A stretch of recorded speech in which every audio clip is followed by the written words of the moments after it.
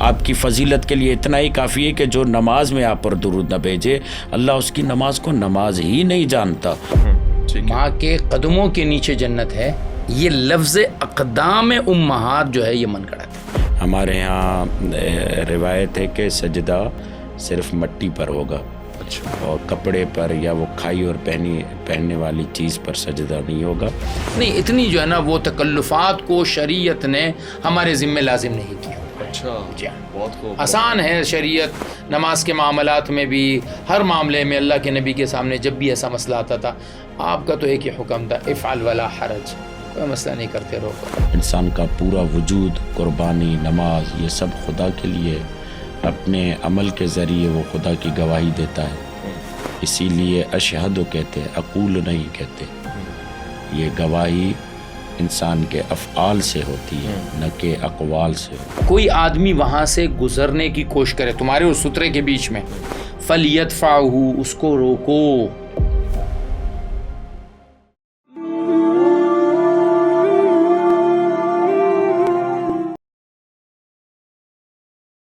سلامتی ہے ان آنکھوں پر جو ہدایت پہ نظریں جمائے بیٹھی ہیں، ان کانوں پہ جو ذکر خیر کے منتظر رہتے ہیں، اور ان قدموں پہ جو ہدایت کی راہ پہ گامزن ہے۔ خواتین و حضرات، عزیزان من، جانان، آپ کو میرا سلام۔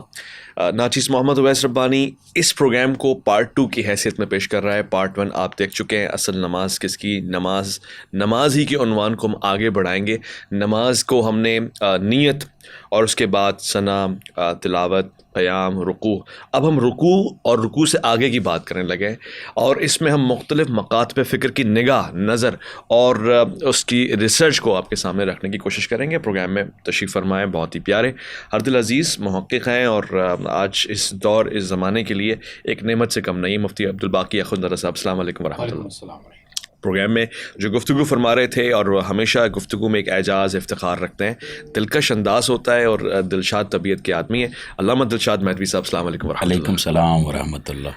حضور، آپ نے رکوع میں بتایا، حالانکہ مفتی صاحب نے کہا کہ رکوع دعا کی جگہ نہیں ہے، لہٰذا آپ نے صرف تعظیم پڑھی اور اس کے بعد آپ کھڑے ہو گئے، مگر آپ نے کہا کہ وہاں درود بھی ہوگا۔ درود کی اتنی اہمیت کیوں ہے، وجہ کیا ہے؟ یہاں سے اسکپ کر دیں، اور درود بھی آپ نے پیچھے کہا کہ وہ کامل درود پڑھیں، یعنی جناب رسالت مآب کی آل کے ساتھ لازمی پڑھیں، ورنہ درود ادھورا ہوگا، دم کٹا ہوگا، ایسا؟ جی بسم اللہ الرحمن الرحیم۔ ان اللہ و ملائکتہ یصلون علی النبی یا ایھا الذین آمنوا صلوا علیہ وسلموا تسلیما اللہم صل علی محمد و آل محمد وعجل فرجہم۔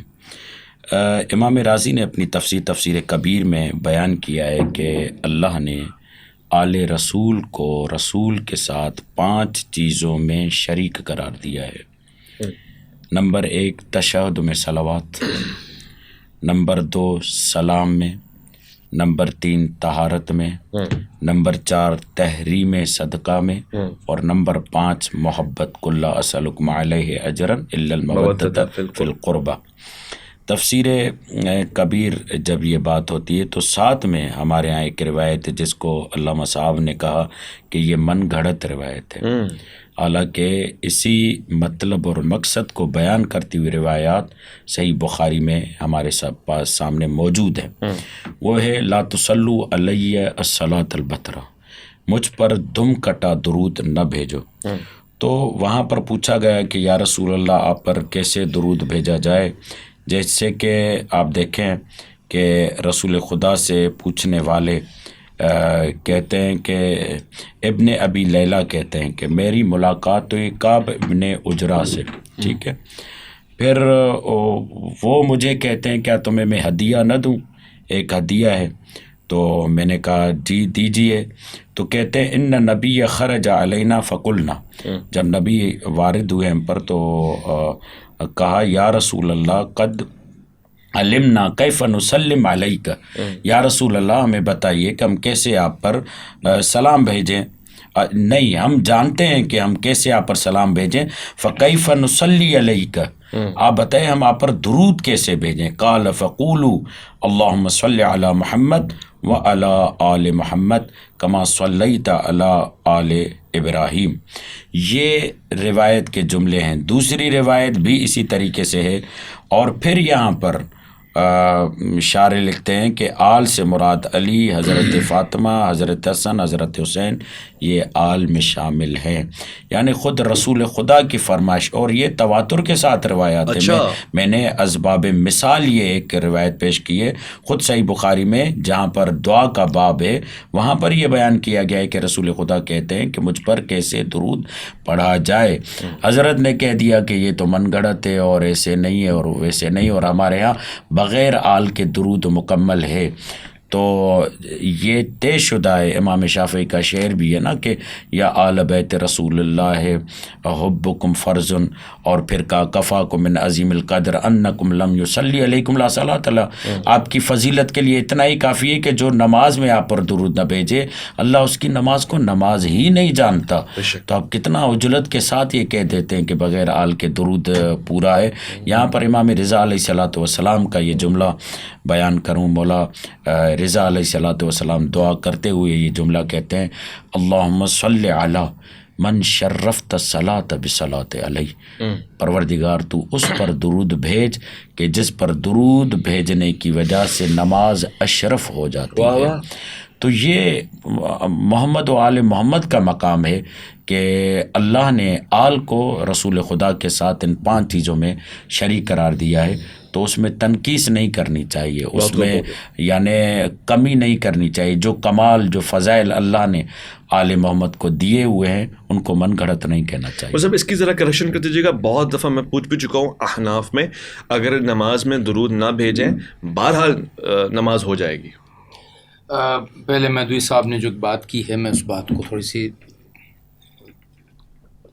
اس کی وضاحت کر دوں. جی. ایک بہت مشہور ہمارے ہاں بات ہے کہ ماں کے قدموں کے نیچے جنت ہے. اس کے 2 الفاظ آتے ہیں، فَإِنَّ الْجَنَّةَ تَحْتَ أَقْدَامِ الْأُمَّهَاتِ. وہ صاحب آپ کی توجہ چاہوں گا. جی. یہ لفظ اقدام الامہات جو ہے نا، یہ لفظ من گڑت ہے. ماں کے قدموں کے نیچے جنت ہے، یہ لفظ اقدام امہات جو ہے یہ من گڑت ہے. اچھا. حدیث کیا ہے؟ صحیح حدیث کیا ہے؟ صحابی آئے کہ یا رسول اللہ میں جہاد میں جانا چاہتا ہوں. تو حضور نے فرمایا حل لک کیا تمہاری ماں ہے؟ اس نے عرض کیا جی ہاں میری ماں ہے. فرمایا جا اپنی ماں کی خدمت کر، فإن تحت رجلیہا الجنہ، اس کے پیروں کے نیچے جنت ہے. اب معنی مفہوم قریب قریب ایک بن رہا ہے. جی. لیکن محدثین کا کام یہ ہے کہ جہاں لفظ نبی ہے وہاں رسول نہیں لگائیں گے، جہاں رسول ہے وہاں نبی نہیں لگائیں گے. میں نے آل محمد صلی اللہ علیہ وسلم پر درود کا انکار نہیں کیا. میں نے تعویل، عمدہ تعویل. بات میں آپ کی بات میں بولتا نہیں ہوں. میں نے صرف صلاۃ البتیرہ جو لفظ ہے نا، بترا، یہ جو لفظ بترا ہے، یہ الفاظ، ان الفاظ سے جو روایت ہے اس کو ہمارے محدثین نے من گڑت قرار دیا. باقی آپ نے میری توجہ دلائی. میں اس سے آپ سے وعدہ کرتا ہوں کہ آئندہ آج میں اللہم صلی علی محمد وعلی آل محمد پڑھوں گا، صلی اللہ علیہ وعلی آلہ وسلم پڑھوں گا. یہ میں آپ سے وعدہ کرتا ہوں. لیکن جہاں جو لفظ حدیث سے، اب یہ جو آپ نے حدیث پیش کی کہ یا رسول اللہ قد عرفنا کیف نسلم علیک، جی ہم تو پکی ٹکی آپ نے فرمایا اللہم صلی علی محمد وعلی آل محمد کما صلیت علی ابراہیم وعلی آل ابراہیم. یہ سب سے افضل درود ہے کیونکہ اس میں آل محمد بھی ہیں، محمد بھی ہیں، آل ابراہیم بھی ہے، تمام امتوں کو اس میں داخل کیا گیا. آگے کی بات یہ ہے. اچھا، یہ یہاں پر مجھے جملہ کہنے کی اجازت دیں. یہ جو روایت ہے نا، اس کا جو شان صدور ہے روایت، کیونکہ آیت کے لیے شان نزول ہوتا ہے اور روایت کے لیے شان صدور ہے. جب یہ سورہ نازل ہوتا ہے انا اعطیناک الکوثر فصلی لربک وانحر ان شانئک هو الابتر، وہاں سے ابتر سے بترا لیا گیا ہے نا. ابتر، بترا یعنی دم کٹی، بے نسل والے. تو رسول خدا کہہ رہے ہیں بے نسلی صلوات مجھ پر نہ پڑھو، وہ پڑھو جس میں میری نسل کا ذکر ہو. اللہ نے ہمیں کوثر والا بنایا ہے، ابتر والا نہیں. ٹھیک ہو گیا جی. مصعب آپ کنٹینیو رکھیں اس بات. میری بات تو پتہ نہیں وہ میں مفہوم کیا تھا، مکمل ہو گئی بات. آپ نے وعدہ کیا، آپ نے وعدہ کیا کے ساتھ جو ہے درود پڑھیں گے. تو میں نے وعدہ کر لیا الحمدللہ. میں دیکھیں، اور میں یہ آپ آغا مفتی صاحب کو کیوں نہیں بولنے دے رہے آپ؟ نہیں بولنے دے رہا ہوں. ان کی محبت ہے نا، ان کی شفقت سے فائدہ لے رہا ہوں. اور میں نے یہ تہیہ کیا ہوا ہے کہ جس بھی مفتی کے ساتھ بیٹھنا ہے مجھے ان سے یہ سوال ضرور کرنا ہے کہ آپ آل آل آل کرتے ہو مگر جب درود پڑھتے ہو صلی اللہ علیہ وسلم، یہ آل کے بغیر علیہ کیسے کہہ پاتے ہو آپ؟ کیوں دل پہ بوجھ نہیں ہوتا؟ کیوں دل کو سخت نہیں لگتا؟ کیوں دل میں تکلیف نہیں ہوتی کہ ہم آل کے بغیر درود پڑھ رہے ہیں؟ یقین مانے غیر دانستہ، ایسا نہیں ہے کہ وہ آل سے نفی کرتے ہیں یا بغض ہوتا ہے کہ نہ، اصل میں دانستگی نہیں ہوتی اس حوالے سے. آپ نے توجہ دلا دی ہے، اب انشاءاللہ کریں گے انشاءاللہ. ایسی کچھ باتوں میں مجھ سے آپ کو توجہ دلائیں گے، آپ نے اس کو مس نہیں کرنا ہے انشاءاللہ. رکوع پہ ہم تھے، رکوع سے ہم کھڑے ہوئے، آپ نے بتایا کہ سمیع اللہ لمن حمدہ ربنا لک الحمد. اس کے بعد ہم سجدے میں جا رہے ہیں. مطلب سجدے میں کیا پڑھنا اذکار میں آتا ہے، کن چیزوں کو پڑھا جائے، اور یہاں پہ درود پڑھنا مناسب ہے کہ نہیں ہے؟ دیکھیں سجدے کے بارے میں حضور اکرم صلی اللہ علیہ وسلم نے فرمایا وَأَمَّا السُّجُودُ فَأَكْثِرُوا فِي الدُّعَاء، سجدہ جو ہے یہ دعا کی جگہ ہے. سبحان اللہ. اور پھر ایک جگہ پر علیہ السلام نے فرمایا کہ اقرب ما یکون العبد من ربی ان یکون ساجدا، سب سے زیادہ قریب جب بندہ اپنے رب کے ہوتا ہے وہ حالت سجدے میں ہوتا ہے. اوکے. لہٰذا یہ مانگنے کی جگہ ہے. اب اس میں تھوڑا اختلاف ہمارے ہاں ہے کہ کیا ہم سجدے میں اپنی زبان میں بھی دعا مانگ سکتے ہیں یا نہیں مانگ سکتے. اچھا یہ پوائنٹ ہے. میں عربی داں نہیں ہوں، مجھے دعائیں مانگنی ہیں، تو کیا میں سجدے میں دعا مانگ سکتا ہوں؟ ایک تھاٹ یہ ہے کہ جی بالکل مانگ سکتے ہیں، اس لیے کہ اللہ کے نبی نے دعا مانگنے کا حکم دیا ہے، لہٰذا آپ دعا مانگ سکتے ہیں. دوسرا تھاٹ یہ ہے کہ نہیں، چونکہ نماز جو ہے یہ ہمیں اوپر سے اللہ کے نبی سے ملی ہے، تو جس طرح ملی ہے اسی طرح سے کریں. آپ اس میں نماز کے بعد اپنی دعائیں مانگیں. میری ذاتی رائے اس میں یہ کہ فرائض کو تو ویسے ہی پڑھے جیسے اللہ کے نبی نے پڑھی ہے، صحیح، کہ بغیر کوئی اور زبان کو اس میں شامل کیے بغیر. البتہ نوافل میں اگر کسی کا دل کرتا ہے تو سجدے میں سر رکھ کے لمبی دعا اپنی زبان میں اگر کوئی مانگ لے تو شان اس میں کوئی حرج نہیں. کوئی حرج نہیں. علامہ صاحب آپ کے یہاں سجدے میں اردو میں یا اپنی مادری زبان میں اللہ سے دعا مناجات کرنا کیسا ہے؟ ہمارے لیے نماز میں دعا کے لیے الگ ایک مقام ہے، جو دوسری رکعت میں رکوع سے پہلے قنوت پڑھتے ہیں، وہاں دعا مانگتے ہیں، اور وہ بھی عربی میں ہے. جی، اور کیونکہ نماز پوری عربی میں ہے اور زبان یار تو آنی چاہیے اتنی کہ جب کلام کرتے ہیں تو معلوم ہو کہ میں اپنے رب کے ساتھ کیا بات کر رہا ہوں. کیونکہ امام حسن علیہ الصلوۃ والسلام کا بہت خوبصورت جملہ ہے کہ جب میں چاہتا ہوں کہ خدا مجھ سے کلام کرے تو قرآن مجید پڑھتا ہوں، اور جب میں چاہتا ہوں خدا سے کلام کروں تو نماز پڑھتا ہوں. تو نماز میں جو سجدہ ہے وہ انسان کے تضرع اور عجز و انکساری کی انتہا کا نام ہے. صحیح. اسی لیے سجدہ فقط اور فقط خدا کے لیے ہے، یہ تعظیم کی انتہا ہے، اور اسی لیے غیر خدا کو سجدہ کرنا ہمارے ہاں جائز نہیں ہے. صحیح. تو وہاں پر جو ہم پڑھتے ہیں سبحان ربی الاعلیٰ و بحمد 3 مرتبہ، اس سے پہلے سبحان اللہ سبحان اللہ سبحان اللہ، اور ساتھ میں جو ہے اپنا درود بھی پڑھے تو سجدے کا ثواب دگنا ہو جاتا ہے. ٹھیک ہے، ٹھیک ہے. سجدے کی حالت میں اور رکوع کی حالت میں، مجھ سے رکوع کی حالت میں پاؤں کو کتنا کھولنا ہے؟ ویسے قیام میں بھی میں چاہوں گا کہ اس کی اگر آپ انگش کے ذریعے بتا دیں تعداد کیا، اور سجدے کی حالت میں بھی ہاتھوں کو کیسے رکھنا ہے، ناک اور ماتھا پیشانی کیسے رکھنی ہے؟ دیکھیے نماز میں جب آپ کھڑے ہوتے ہیں تو ہر انسان کی اللہ نے باڈی کا اسٹرکچر الگ رکھا ہوا ہے. کوئی آدمی زیادہ ذرا جسم والے بڑے جسم کے ہوتے ہیں، کچھ دبلے ہوتے ہیں. تو نارملی ہمارے یہاں کہتے ہیں کہ کم از کم آپ کے دونوں پیروں میں حالت قیام میں، چاہے وہ قیام ہو چاہے رکوع ہو، آپ کے پیروں کے بیچ میں کم از کم 4 انگل کا فاصلہ ہونا چاہیے. اچھا. تاکہ آپ ایک بیلنس میں رہیں. اتنے بھی آپ کھول کے کھڑے نہ ہو کہ لگے بھی نہ کہ اب نماز میں کھڑے. اہل حدیث بھائی کھڑے ہوتے ہیں تو وہ اصل میں وہ ایک روایت کو پر عمل کرنے کی کوشش میں بہت زیادہ ایکسٹریم پہ چلے جاتے ہیں. اچھا. وہ روایت یہ ہے کہ حضور صلی اللہ علیہ وسلم نے فرمایا کہ اپنے ٹخنے اور اپنے کندھے جو ہے اس کو ملاؤ. اب وہ ملانے کا مطلب جو ہے وہ بالکل پریکٹیکلی ملانے سمجھتے ہیں کہ میرا ٹخنا آپ کے ٹخنے سے ملا ہو اور میرا کندھا آپ کے کندھے سے ملا ہو، تو وہ جب دیکھتے ہیں نا کہ بھائی وہ لوگ نمازی قریب، تو وہ پیر کھولنا شروع کر دیتے ہیں.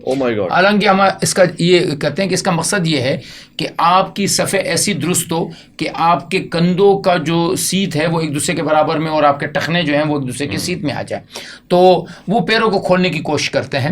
یہ ان کی ایک جو فقہ ہے نا، سمجھ ہے ان کی اس طرح کی روایات سے کہ بھائی ٹخنوں کو ٹخنوں پہ مارتے ہیں اور وہ کرتے ہیں. لیکن بہت زیادہ کھولنا یہ مناسب نہیں ہے، بالکل بند کرنا بھی مناسب نہیں ہے. سجدے میں جب آپ جاتے ہیں تو اپنے ہاتھوں کو، کہ آپ کی جو انگلیاں ہیں وہ بالکل جڑی ہونی چاہیے، ایسی جڑی ہونی چاحیے قبلہ رخ ہو کے، اور آپ کے دونوں ہاتھوں کے بیچ میں اتنا فاصلہ ہو کہ جس میں آپ کا چہرہ، آپ کی پیشانی بھی لگے، کیونکہ حضور صلی اللہ علیہ وسلم نے حکم دیا کہ ہم 7 ہڈیوں پر سجدہ کریں. ٹھیک ہے. 1 ماتھے کی پیشانی، ماتھے کی، 3 ٹھیک ہے، آنچ 5 اور 2 نیچے، اچھا 7. ٹھیک ہے. 7. اب اس میں ناک جو ہے وہ ہمارے احناف کے نزدیک ناک پر سجدہ کرنا فرض نہیں ہے، فرض نہیں ہے. لیکن ایک قول یہ ہے کہ یہ واجبات میں سے ہے، فرائض میں سے نہیں، کیونکہ 7 کا حکم ہے نا، تو یہ 8واں ہو جائے گا. اور یہ ہڈی بھی نہیں ہے، یعنی وہ نرم ہڈی ہے نا، وہ سخت ہڈی نہیں ہے نا، تو اس لیے اس پہ نہیں ہے. لیکن ایک قول یہ کہ نہیں، واجبات میں سے ہے کہ ناک کو بھی رکھنا ہے. لیکن خلاصہ یہ نکلے گا کہ اگر ایک آدمی نے ناک نہیں رکھی اور اس نے سجدہ کر لیا تو ہم یہ تو کہیں گے کہ نماز تو اس کی ہو گئی، لیکن اس نے سنت کے خلاف کیا. اور پھر اب دوران نماز آپ کی آنکھیں کہاں ہونی چاہیے؟ تو وہ ایک توجہ والی بات ہے. ہمارے ہاں فقہاء نے لکھا ہے کہ آنکھیں بند کر کے نماز پڑھنا مکروہ ہے. اس کی وجہ یہ کہ جب آپ آنکھ بند کرتے ہیں تو آپ کو خیالات، چیزیں آتی رہتی ہے. لیکن اگر آدمی کہتا ہے جی جیسے میں ہوں، میں وہ کچا والا حافظ ہوں نا، میں جب قرآن مجھے یاد کرنا ہوتا ہے نا، تو میں آنکھیں جب بند کرتا ہوں نا تو مجھے اچھا یاد آتا ہے. تو میرے لیے آنکھ بند کرنا بہتر ہے. تو اگر کوئی آدمی کہتا ہے کہ یار مجھے آنکھ بند کر کے زیادہ توجہ آتی ہے، تو آنکھ بند کر دے، کر سکتا ہے. اپنے سجدے کی جگہ کو دیکھیں، یہ ہماری سہولت کے لیے بتایا گیا کہ آپ اپنے سجدے کی جگہ رکھیں تاکہ کنسنٹریٹ آپ کی ہے. رکوع میں کہتے ہیں کہ بھائی پیروں کی انگلیوں کو دیکھیں، لیکن کوئی فرض واجب نہیں ہے. اسی طرح سجدے میں کہا جاتا ہے، لیکن وہ میں نے کئی بار کوشش کی، اس سے تو آدمی کو چکر آنے لگتا ہے کہ آپ اپنی ناک کو دیکھیں. اب سجدے میں ناک کو کیسے دیکھیں گے؟ وہ تو بڑا مشکل ہو جاتا ہے. نہیں، تو مقصد یہ ہے کہ ایسی جگہوں پر آپ کی نگاہ ہو کہ آپ کی نگاہ نماز کے علاوہ کہیں اور نہ جائے. کیوں؟ حدیث میں ہے، حضور صلی اللہ علیہ وسلم نے فرمایا کہ جب انسان نماز پڑھتا ہے تو اس کے اور اللہ کے بیچ کے سارے پردے ہٹ جاتے ہیں. تو انسان کو دیکھنا چاہیے کہ وہ کس سے بات کر رہا ہے. بہتر ہے. علامہ صاحب، رکوع اور سجدے کی حالتیں فقہ جعفریہ میں کیا ہوں گی؟ رکوع اور سجدے کی حالت، جب انسان اللہ اکبر کرے رکوع میں جائے تو اس طریقے سے خم کرے اپنی کمر کو کہ اگر کوئی چیز اس پر رکھ دی جائے تو وہ گرے نہیں، یعنی کہ بالکل اسٹریٹ ہو، یہ کوشش کرے. اور جو ہتھیلی ہے اپنے گھٹنوں پر وہ پھیلا کر رکھے. اچھا، ایسے ایسے پھیلا کر رکھے اور پورا زور گھٹنوں کی طرف ہو. ٹھیک ہے، تو وہاں پر سبحان ربی العظیم و بحمد کہے، اور اس کے بعد سمع اللہ لمن حمد کہے.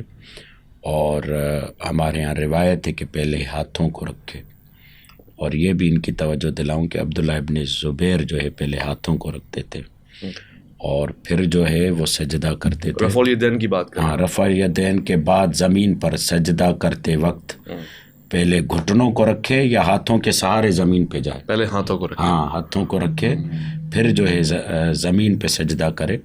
ہمارے ہاں روایت ہے کہ سجدہ صرف مٹی پر ہوگا.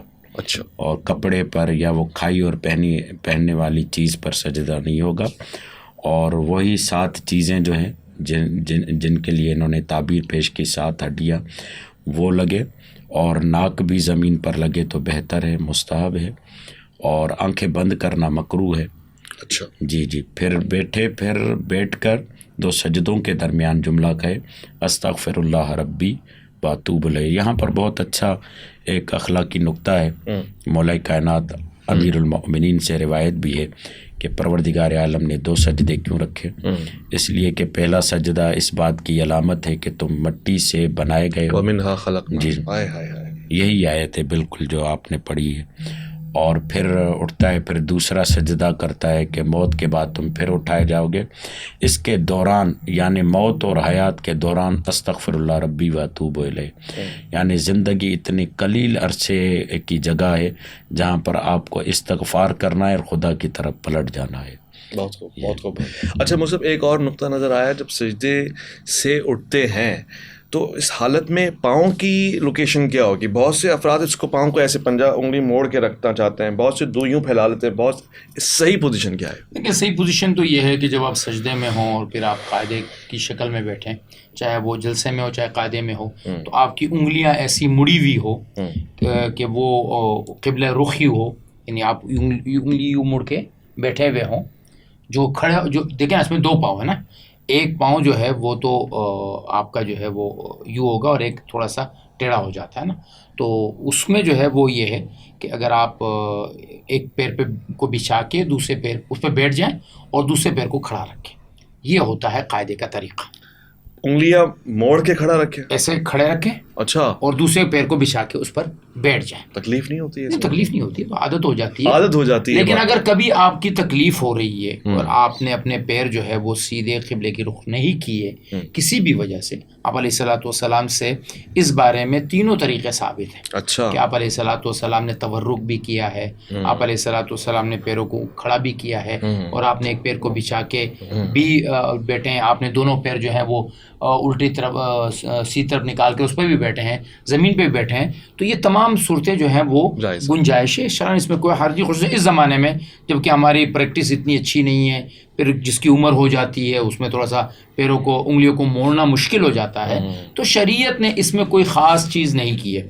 اس سے پہلے میں ایک سجدے میں ایک غلطی ہمارے یہاں بہت زیادہ مشہور ہے جی، وہ یہ کہتے ہیں کہ بھائی اگر ایک لمحے کے لیے بھی آپ کی انگلیاں سجدے میں اٹھ گئی تو آپ کی نماز ٹوٹ جائے گی. اچھا، یہ بات غلط ہے، ایسا نہیں ہے. حکم یہ ہے کہ دیکھیں یہ جو دو پیروں کی ہڈیاں ہیں اس کا تو حکم رکھنا، زمین پر رکھنا فرض ہے. اگر ایک آدمی نے شروع سے ہی پیر کو ایسے اٹھائے رکھا کہ ایک لمحے کے لیے بھی اس کا پیر جو ہے زمین پہ نہیں آیا تو اس کی نماز نہیں ہوگی. لیکن اگر ایک آدمی نے پیر رکھے اور پیر اصل میں اس میں ہمارے ہاں بتایا جاتا ہے کہ جی وہ پیروں کو زمین پہ گھسیٹتے ہوئے یوں لاؤ، اپنے جسم کے نیچے کر دو، نہیں، اتنی جو ہے نا وہ تکلفات کو شریعت نے ہمارے ذمہ لازم نہیں کیا ہوا. اچھا، بہت خوب. آسان ہے شریعت. نماز کے معاملات میں بھی ہر معاملے میں اللہ کے نبی کے سامنے جب بھی ایسا مسئلہ آتا تھا آپ کا تو ایک ہی حکم تھا، افعل ولا حرج، کوئی مسئلہ نہیں، کرتے رہو گا. اچھا، سبحان اللہ، سبحان اللہ. علامہ صاحب آپ کی طرف آؤں، اور اب ہم سجدے سے واپسی جلسے میں آ گئے، یہاں پہ کیا پڑھنا واجب ہے، فرض ہے، اور پھر نماز کو اختتام کی طرف کیسے لے کے جائیں گے؟ جی، یہاں پر میں صحیح بخاری سے ایک روایت پیش کرنا چاہوں گا. جلد اول ہے کتاب الصلاۃ، باب صلاۃ علی الخمرہ، یعنی وہ باب جو نماز میں رسول خدا خمرہ پر سجدہ کرتے تھے. تو یہ روایت ہے جناب ابو الولید سے،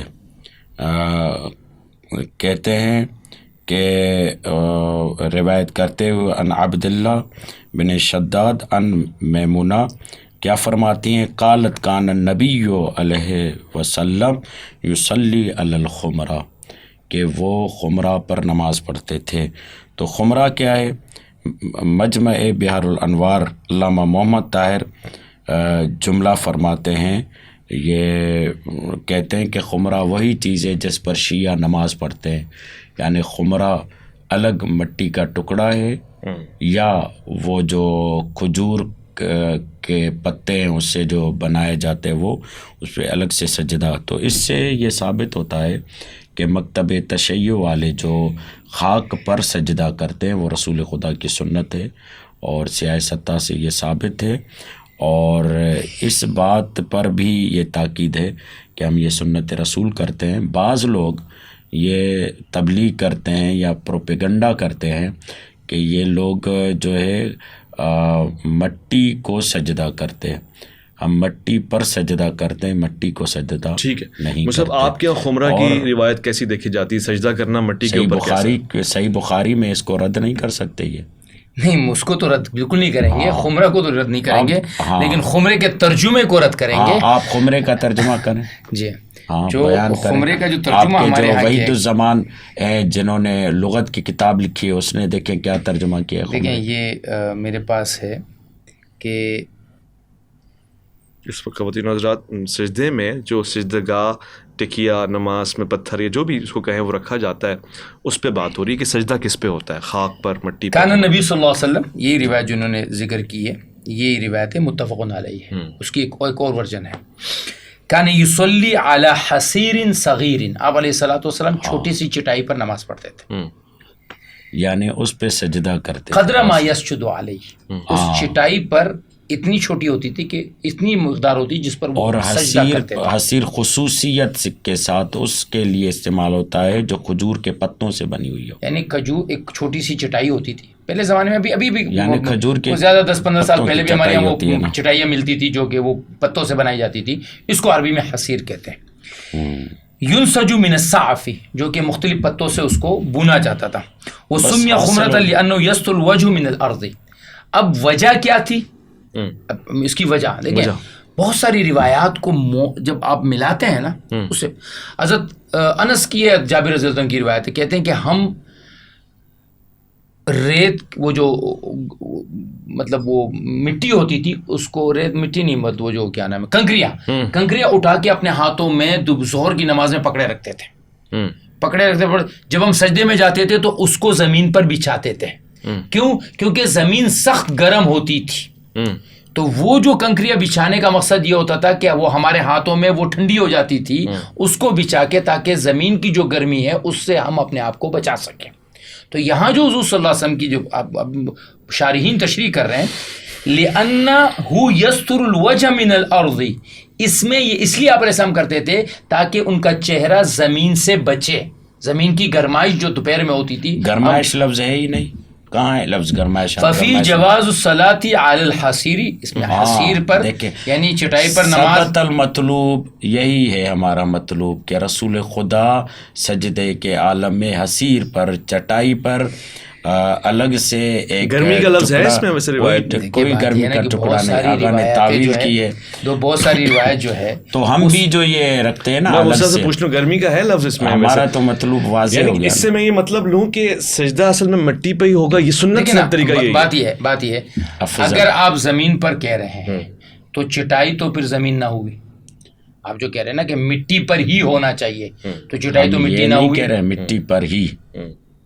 پھر وہاں آپ یعنی چٹائی اور یہ کارپیٹ, پھر اس میں کیا فرق ہوا؟ چٹائی اور مصلی, اس میں کیا فرق ہوا؟ صحیح, ٹھیک ہے. میں اس دیکھیں اب ہر حدیث میں اللہ کے نبی اس چیز کو ذکر کر دے, ایسا تو نہیں ہوتا نا. وہ تو بہت ساری روایات کو دیکھا جاتا ہے, اس کے مفہوم کو سمجھا جاتا ہے کہ یہ چیزیں کیوں تھی, اتنی چھوٹی چٹائی کو کیوں بچھایا جاتا تھا.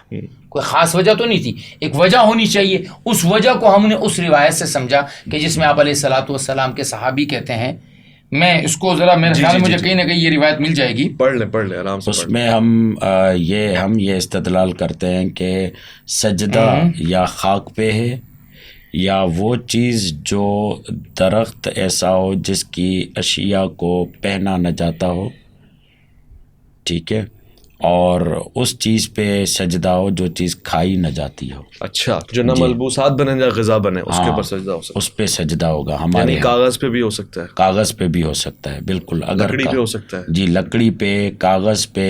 ہمارے یہاں ایسے یہ جو چٹائی جو بنتی ہے یہ کپڑے سے بنتی ہے, اور یہ مصلی وغیرہ کپاس سے بنتا ہے, تو ہمارے یہاں اس پہ سجدہ نہیں ہوتا. اچھا جی, اچھا, یہ ہے فلسفہ.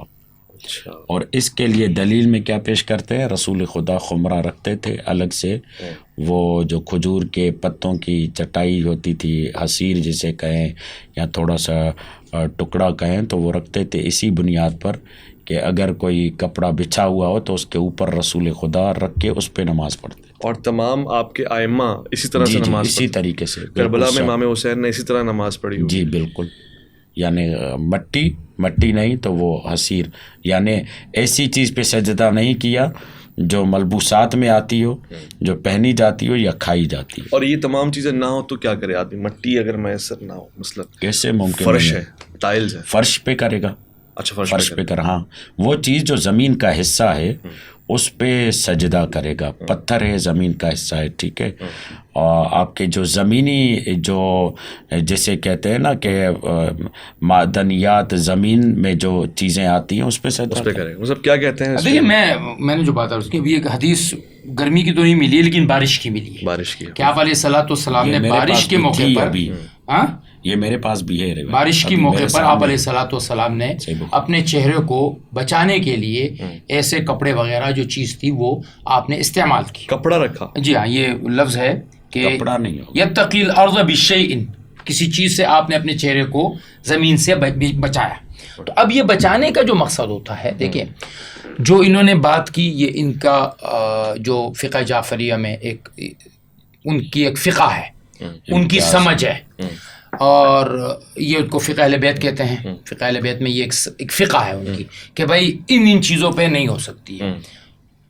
اہل سنت والجماعت کے نزدیک ہر طاہر چیز، جو بھی پاک چیز ہوگی، بشرطے کہ وہ اتنی نفیس نہ ہو کہ وہ اتنی موٹی ہو اور وہ دبتی چلی جائے کہ آپ کی پیشانی کی سختی، آپ کی پیشانی زمین کی سختی کو نہ محسوس کرے، ایسی نرم چیز کے علاوہ ہر چیز پر سجدہ کرنا جائز ہے۔ اچھا، اور اس کے لیے ہمارے پاس جو ہے وہ حسیر کا لفظ بھی آتا ہے، ہمارے پاس جو ہے وہ دوسرے الفاظ بھی آتے ہیں، بشیئن کا لفظ بھی آتا ہے، کپڑے کا لفظ بھی آتا ہے، اور اسی طرح ایک روایت میں ہے کہ آپ علیہ الصلوۃ والسلام نے شاید اپنے جو آپ کی پیشانی کے درمیان جو ہے وہ آیا تھا، وہ جو آپ نے کپڑا باندھا تھا نا سر کے اوپر، وہ آیا تو آپ نے اس کے اوپر سجدہ کیا۔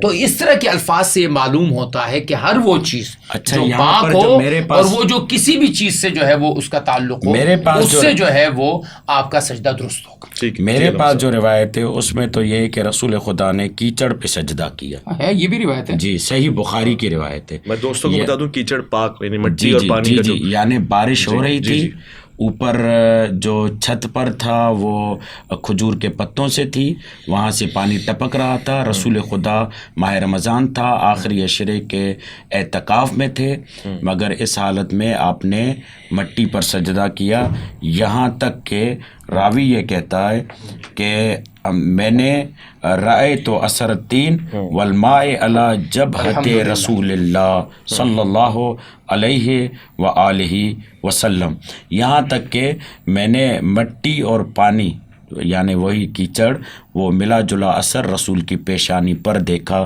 تو کہنے کا یہ مقصد بخاری شریف کی حدیث، یہ بخاری شریف یعنی کہنے کا مقصد یہ ہے کہ رسول خدا مٹی پر سجدے کو اتنی اہمیت دیتے ہیں کہ اگر گیلی بھی ہو جاتی ہے تو پھر بھی آپ مٹی پر ہی سجدہ کرتے ہیں۔ یہ عائشہ ان نبی صلی اللہ علیہ وسلم کان یصلی علی الفراش الذی ینامان علیہ، حضور صلی اللہ علیہ وسلم اس بستر پر نماز پڑھتے تھے جس پر میں اور آپ علیہ السلام سوتے تھے، ایک روایت۔ دوسری روایت وعن انس كنا نصلي مع النبي صلی اللہ علیہ وسلم، ہم حضور صلی اللہ علیہ وسلم کے ساتھ نماز پڑھتے تھے، فيزع احدنا طرف الثوب، ہم میں سے ایک آدمی اپنے کپڑے کا کنارہ لے کے زمین پر بچھاتا تھا، من شدت الحر فی مکان السجود، سجدے کے مکان پر سخت گرمی کی وجہ سے، یعنی اپنے کپڑا جو کپڑے پہنے جو جیسے احرام کی طرح وہ یوں بچھا کے آپ علیہ السلام ہم حضور کے ساتھ نماز پڑھ رہے ہوتے تھے، تو اس کپڑے کو بچھا کر ہم اس کے اوپر کیا کرتے تھے؟ سجدہ کرتے تھے۔ کس کی وجہ سے؟ من شدت الحر، گرمی کی شدت کی وجہ سے۔ اگلی روایت ہے حسن بصری کہتے کان القوم یسجدون علی عمامہ، قوم عمامے پر سجدہ کرتی تھی، والقلنسوہ اپنی ٹوپیوں پر سجدہ کرتے تھے، وَيَدَاهُ فِي كُمَّيْ اپنے ہاتھوں کو اپنے آستینوں کے اندر کرتے تھے۔ سبب کیا تھا؟ کہ زمین گرم ہوتی تھی تو ان چیزوں پہ سجدہ کیا۔ یہ جو کچھ بیان کر رہے ہیں فعل اصحاب بیان کر رہے ہیں، ہم بتا رہے ہیں رسول کا فعل کہ رسول حضور صلی اللہ علیہ وسلم نے بستر کے اوپر نماز پڑھی، عائشہ کی روایت ہے بخاری شریف میں نماز پڑھی۔ اور وہ جو دوسری روایت ہے کہ معمولاً کان کا جب بھی سیگا استعمال ہوتا ہے تو استمرار کے لیے ہوتا ہے کہ وہ خمرہ پر سجدہ کرتے تھے. تو الگ سے وہاں پر ذکر نہیں ہے، وہاں پر خمرہ کا ذکر نہیں ہے، مگر الگ سے روایت موجود ہے جو جناب میمونہ سے روایت ہے کہ آپ اس طریقے سے نماز پڑھتے فقہ ہے اور اس فقہ سے مجھے اختلاف نہیں ہے. میں یہ نہیں سمجھتا، شواہد پیش کر رہے ہیں نا کہ ہم جب سجدہ کرتے ہیں خاک پر یا خاک شفا پر یا چٹائی پر، وہ کھجور کے پتوں پر، یا یہ ہم رسول خدا کی سنت پر عمل کر رہے ہیں. یہ ایک گواہی ہے. مطلب آپ خاک پہ سجدہ کرنے کو سنت تو سمجھتے ہیں کہ اللہ کے رسول نے یہ فعل قرار دیا ہے، ہوا ہے، یعنی اس میں کوئی حرج تو نہیں ہے. وہ مٹی جو اسی جگہ موجود ہے اس کو ہم سنت سمجھتے ہیں، اس کے اوپر مٹی کے اوپر سجدہ کریں. لیکن آپ کوشش یہ کریں کہ آپ الگ سے مٹی لا کر وہاں بچھائیں، الگ سے وہاں پر مٹی لا کر رکھیں، یا اس کو کوئی ایسا عمل قرار دے کہ اس کے بغیر ہماری نمازوں کو ہم کمزور سمجھے. ایسی کوئی دلیل ہمیں ملتی نہیں ہے. دیکھیں ہم خمرہ کو بھی مان لیتے ہیں، ہم خمرہ کو بھی مان لیتے ہیں، ہم حصیر کو بھی مان لیتے ہیں، ہم ساری روایتوں کو مان لیتے ہیں، لیکن خصوصاً ایسا کوئی عمل نہیں کیا گیا کہ اس وقت اگر موجود نہیں ہے. کیونکہ آپ علیہ السلام سے میں نے عرض کیا نا کہ بستر پہ بھی نماز ثابت ہے، آپ سے آپ کے کپڑوں پہ بھی نماز ثابت ہے، آپ سے ہر چیز پر نماز ثابت ہے. تو اسی لیے ہمارا یہ کہنا ہے کہ اگر مٹی ہے، جیسے ہم حج پہ جاتے ہیں، بہت وقت ایسا ہوتا ہے کہ ہمیں کوئی چیز میسر نہیں ہوتی، ہم زمین پہ کھڑے ہو جاتے ہیں. ابھی بھی ہم نے روڈ پہ جمعے کی نماز پڑھی ہے، وہ تو اچھا یہ ہوا کہ انہوں نے وہ جو ہے وہ سبع بچھا دی تھی، تو نماز تو پڑھنی ہے نا. جی دیکھیں نا، فرماتی ہیں قالت کان النبی صلی اللہ علیہ وآلہ وسلم یصلی علی الخمرہ، یعنی جب بھی وہ نماز پڑھتے تھے تو خمرہ پر نماز پڑھتے تھے، یعنی الگ سے رسول خدا کے ساتھ یہ حصیر موجود ہوتی تھی اور رسول خدا اسی پر نماز پڑھتے تھے. اب یہ مان لیا آپ نے کہ خمرہ پر نماز پڑھتے تھے، حصیر پر نماز پڑھتے تھے، الگ سے نہیں ہونی چاہیے، وہ ساتھ میں لے کر چل رہے ہیں، رسول خدا سنت بتا رہے ہیں. باقی جہاں تک آپ کا اشارہ ہے کہ مٹی الگ سے نہیں لینی چاہیے، تو ہمارا نظریہ یہ ہے کہ کائنات میں روئے زمین پر 2 زمینیں ایسی ہیں جن سے افضل تر کوئی زمین ہو ہی نہیں سکتی، مکہ و مدینہ کی زمین ہے یا کربلا کی زمین ہے. تو ہم تبرکن کربلا آپ نے ابھی نماز پڑھی، میں لے کر آیا ہوں، یہ یہاں رکھی ہوئی تھی. جی اس مٹی پہ سجدہ کرنا اور اس مٹی کو سجدہ کرنے میں فرق آپ بتا رہے ہیں، اور آپ کہہ رہے ہیں یہ سب سے متبرک ہے، یعنی اس میں مدینے کی مٹی بھی تو ہو سکتی ہے. جی بالکل، مدینے کی مٹی، مکے کی مٹی اور کربلا کی مٹی، ٹھیک ہے، اس پر سجدہ کرنا چونکہ افضل ترین مٹی ہے، افضل ترین جگہ کی ہے. جیسے آب زمزم، آپ آب زمزم کے لیے یہ نہیں کہہ سکتے کہ وہ متبرک پانی نہیں ہے، حالانکہ حضرت اسماعیل کے ایڑیوں سے رگڑا ہوا وہ پانی اور وہاں سے آیا. اور حجاج کرام تبرکن وہ پانی لے کر آتے ہیں، پیتے ہیں، اس کے آداب ہیں، کھڑے ہو کر پئیں، قبلے کی طرف کر کے پئیں. تو ہم بھی خاک پر سجدہ کرتے، خاک کو سجدہ نہیں کرتے. یہ خاک شفا جس میں پروردگار عالم نے ایک مؤمنین کے لیے روحانی شفا کا ذریعہ قرار دیا ہے، امام حسین سے توسل اور انسجام اور اتحاد کا ذریعہ قرار دیا ہے. جب یہ خاک شفا پہ سجدہ کرتا ہے تو اسے یاد رہتا ہے کہ حسین نے سجدے کے لیے اپنا سر قربان کیا. اچھا مفتی صاحب، آپ اب دیکھیں جو انہوں نے کہا وہ اتفاق سے مل بھی گئی ہے، یعنی آپ کا اس پہ سجدہ کرنا حرام ہوگا، ناجائز ہوگا، مستحب ہوگا، فرض ہوگا، واجب ہوگا؟ نہیں، حرام کی تو کوئی وجہ ہی نہیں ہے نا، مٹی ہے تو وجہ ہے، کوئی حرام ہونے کی وجہ نہیں ہے. لیکن اس کے علاوہ سجدہ نہیں ہو سکتا، اس میں ہمارا اختلاف ہے، اس میں ہمارا اختلاف ہے. اس کے بغیر سجدہ نہیں ہوگا، اس پہ ہمارا اختلاف ہے. لیکن اس پر جو ہے یہ آپ اس پر سجدہ کرتے ہیں اور آپ اس کو اپنے دین کا، نماز کا حصہ نہیں قرار دیتے ہیں، ہمارا آپ سے کوئی اختلاف نہیں ہے. آپ کہتے ہیں کہ اب فرض ہے اس پہ سجدہ کرنا، اس میں نماز فرض نہیں، تو پھر اختلاف ہمارا. یہی ہے، بہت عمدہ موقف بیان کیا. اللہ ان کی توفیقات میں اضافہ فرمائے. اس خاک پہ اگر کوئی سجدہ کرتا ہے تو ہم یہ نہیں کہتے اس کے علاوہ کسی اور خاک پہ سجدہ نہیں ہو سکتا، افضل اس پہ ہے. اور خاک پہ اور بھی سجدہ کرے گا تو اور خاک پہ ہونا چاہیے یا ایسی چیز پہ ہونا چاہیے جس پہ سجدہ جائز ہے. کافی واہ واہ واہ سبحان اللہ. اچھا، اس کو میں صرف اپنی کنفیوژن کو دور کرنے کے لیے کہہ رہا ہوں، اس پہ کچھ بنا ہوا ہو، اس کو کوئی معاذ اللہ بت وغیرہ تو نہیں کہیں گے، کیونکہ اسلام تو اس کی نفی کرتا ہے، سامنے رکھ دینا اور اس کی اس طرح سے. آغا حجر اسود کو بھی تو کوئی بت نہیں کہتا نا، مگر سب جا کر چومتے ہیں. سب کو پتہ ہے کہ ہم شرک نہیں کر رہے، بلکہ اللہ کی طرف سے ایک متبرک. حضرت عمر کی وہ روایت مجھے یاد آ گئی کہ حضرت نہ چومتے تو میں بھی نہ چومتا. یا حجر انک لا تنفع ولا تضر. فائدہ نہیں سکتا، نقصان جی. نہیں سکتا. تو کہنے کا مقصد یہ ہے کہ ہم تو ان کی تعظیم کرتے ہیں نسبتوں کی وجہ سے.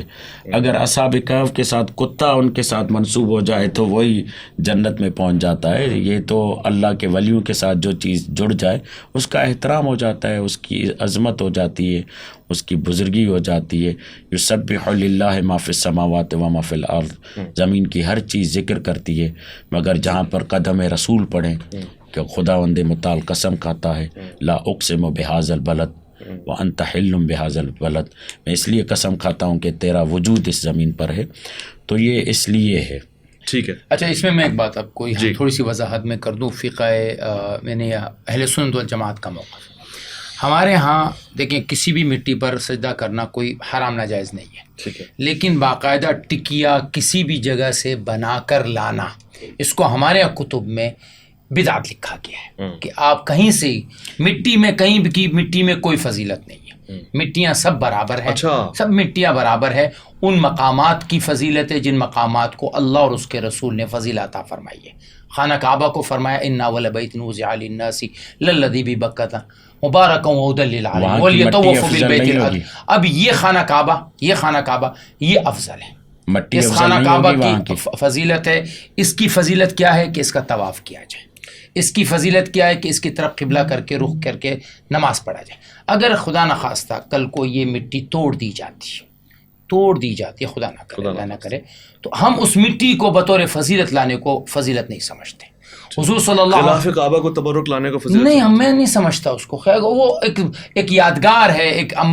مجھے مزہ آتا ہے کہ یار یہ خانہ کعبہ کے ساتھ جڑی ہوئی چیز تھی. اس میں بھی اتنے 2 نمبریاں شروع ہو گئی ہے کہ میں آپ کو بتا نہیں سکتا. اس وقت ہمارے ہاں جتنا بھی غلاف کعبہ آ رہا ہے اس میں سے آپ کو میں مبالغہ نہیں کر رہا ہوں، وہاں کے تحقیق کر کے بتا رہا ہوں 95% جھوٹا آ رہا ہے جو وہاں بن کے آ رہا ہے. جی مجھے بھی بہت سارے لوگوں نے دیے. میرے پاس اس وقت 10 قریب ٹکڑے موجود ہیں، لیکن میں نے کہیں نہیں لٹکایا. مجھے پتہ ہے یہ ایسے ہی ہے.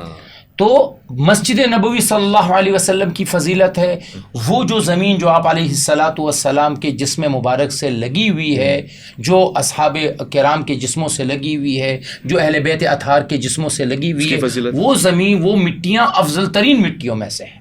لیکن کہیں بھی مدینے کی مٹی اٹھا کے میں لے کر آ جاؤں، اس کی ہمیں اجازت نہیں دی گئی. یہ موقف دیکھے چینج کر دیا مفتی صاحب نے موقف چینج کر دیا. پہلے کتنی آسانی کے ساتھ، سلالت کے ساتھ، راحت کے ساتھ کہا انہوں نے کہ مٹی ہے، اس پہ سجدہ کر سکتے ہیں، کوئی مسئلہ نہیں ہے. اب کتنے عمدہ طریقے سے موقف چینج کر دیا کہ کہیں سے آپ خاک اٹھا کر لائیں. میں آپ کو یہ کہوں گا کہ آپ مدینہ جا کے مدینے سے بوریا بربر کی مٹی لا کے یہ ٹکیا بنائیں، اس کی ہم اجازت نہیں دیں گے. آپ مجھے یہ بتائیں، کوئی فتویٰ تو دکھائیں، کوئی حدیث تو دکھائیں. آپ نے کہا کہ بدعت ہے. جب آپ کہتے ہیں، میں آپ کے سامنے بتا رہا ہوں کہ رسول خدا خمرہ پر سجدہ کر رہے ہیں اور وہ چیز ہر وقت رسول خدا کے ساتھ ہے. کبھی مکے جا رہے ہیں، کبھی مدینے جا رہے ہیں. یعنی اس کا مطلب یہ کہ اس میں صلاحیت ہے کہ اس کو نقل و مکان کی جائے، ادھر ادھر لے جائے. تشریح ہے، یہ آپ کی تشریح ہے. خمرہ پر یہ خمرہ کے لفظ جو ہے نا، کانا یصلی، آپ پڑھتے تھے. کان کا مطلب کیا ہے پوچھے ذرا. کان جہاں آتا ہے وہ فعل کے استمرار میں آتا ہے. یصلی ادھر سے فعل مضارع لگا ہوا ہے، یعنی رسول کا. یہ آپ کی سمجھ ہے، میں اس وقت یہ آپ کی سمجھ ہے. اس سمجھ سے میں شدید اختلاف کر رہا ہوں کہ حضور صلی اللہ علیہ وسلم کے ساتھ خمرہ لے کر جایا جاتا تھا. پھر جو آپ کی بقیہ جتنی چیز کیا بولے بساط میں پہ نماز پڑھی، نہیں معمولاً کا جو لفظ ہے یہ آپ کی تشریح ہے. اس سے مجھے اختلاف ہے، یہ میرا اختلاف ہے. اس سے کبھی کبھار ایسا میمونہ رضی اللہ عنہ عائشہ کہتی ہے کان رسول اللہ صلی اللہ علیہ وسلم یصلی فی بیتی بعد العصر رکعتین. آپ علیہ السلام میرے گھر میں 2 رکعت نماز پڑھتے تھے. تو معمولاً پڑھتے تھے نا، کبھی کبھی تھوڑی پڑھتے تھے. کبھی اب پوری بات میری سن لیں، میری پوری بات سن لیں. میں نے پوچھا کہ پوچھا کسی صحابی نے کہ یا رسول اللہ آپ نے تو عصر کے بعد نماز کرنے سے منع، کہ وہ اصل میں وفد آیا ہوا تھا میرے پاس. وفد سے باتیں کرتے کرتے میری ظہر کے بعد کی سنتیں رہ گئی تھی، وہ میں نے آپ کے گھر میں پڑھ لی. تو وہ آپ دیکھیں ہر جگہ کانا کا مطلب یہ نہیں ہوتا کہ وہ معمولات میں سے ایسے تھا کہ اس کے خلاف نہیں کرتے تھے. نہیں, اب مسجد نبوی میں آپ علیہ الصلوۃ والسلام کے خمرہ کا ایک حدیث آپ ثابت کر دیں کہ آپ علیہ السلام کے لیے خمرہ لا کے مسجد نبوی میں بچھایا گیا. آپ ایک بھی حدیث دکھا دیں کہ الگ سے مٹی لا کر اس پہ سجدہ کرنا بدعت ہے, بات ختم. میں خمرہ کی تو دکھا رہا ہوں نا, آپ دکھا دیں. چلیں آگے بڑھتے ہیں. سجدہ ہو گیا, اب سجدہ ہوا, ثابت ہو گیا, آگا نے قبول کر لیا. میں تو مانتا ہوں کہ مٹی, لیکن مٹیوں کو لا کے اس کو بنانا, اس کو ہم جو ہے نا ہم اہل سنت والجماعت اس کو, آپ کہتے ہیں وطن کی مٹی پہ سجدہ ہوگا. وطن کی مٹی عزیز ہے. اچھا, ہم جیسے ہی نماز کے اختتام کی طرف جا رہے ہیں, دیگر چیزیں ابھی ہیں آس پاس, سجدے سے سر اٹھا لیا, جلسے میں بیٹھے. اب ایک مسئلہ میں نے سنا ہے اور علامہ صاحب اس پہ ذرا سے روشنی ڈالیں گے. آپ کے یہاں ایک بحث چلتی ہے کہ جی تشہد پڑھا جائے گا نہیں پڑھا جائے گا, اس پہ آپ کی کیا رائے ہے؟ یعنی اس میں کلمہ جو ہے دین اسلام کا وہ پڑھا جائے گا, اضافی جملے بھی ایڈ ہوں گے نہیں ہوں گے؟ علامہ صاحب ذرا بیان فرما دیں. دیکھیں ہماری جو فقہ ہے نا, اس میں مجتہدین سے فتوے لیے جاتے ہیں, ٹھیک ہے, اور مجتہدین جو جس کی تقلید کرتا ہے, اگر وہ اسے اجازت دے دیتا ہے کہ ایک اضافی ذکر پڑھ سکتے ہو تو وہ پڑھ سکتا ہے, ورنہ وہ کیا پڑھے گا؟ اشہد اللہ الہ الا اللہ وحدہ لا شریک لہ واشہد ان محمدا عبدہ ورسولہ. سبحان اللہ. اللہم صلی علی محمد وآل محمد. سبحان اللہ. مطلب آپ کے یہاں بھی یہی پڑھے گا احتیاط کے بعد؟ احتیاط پڑھے گا, اس کے بعد جو انگلی اٹھائے گا اس میں وہ کیا کلمے پڑھے گا؟ اشہد اللہ الہ الا اللہ. دیکھیں کتنی خوبصورتی ہے اسلام میں.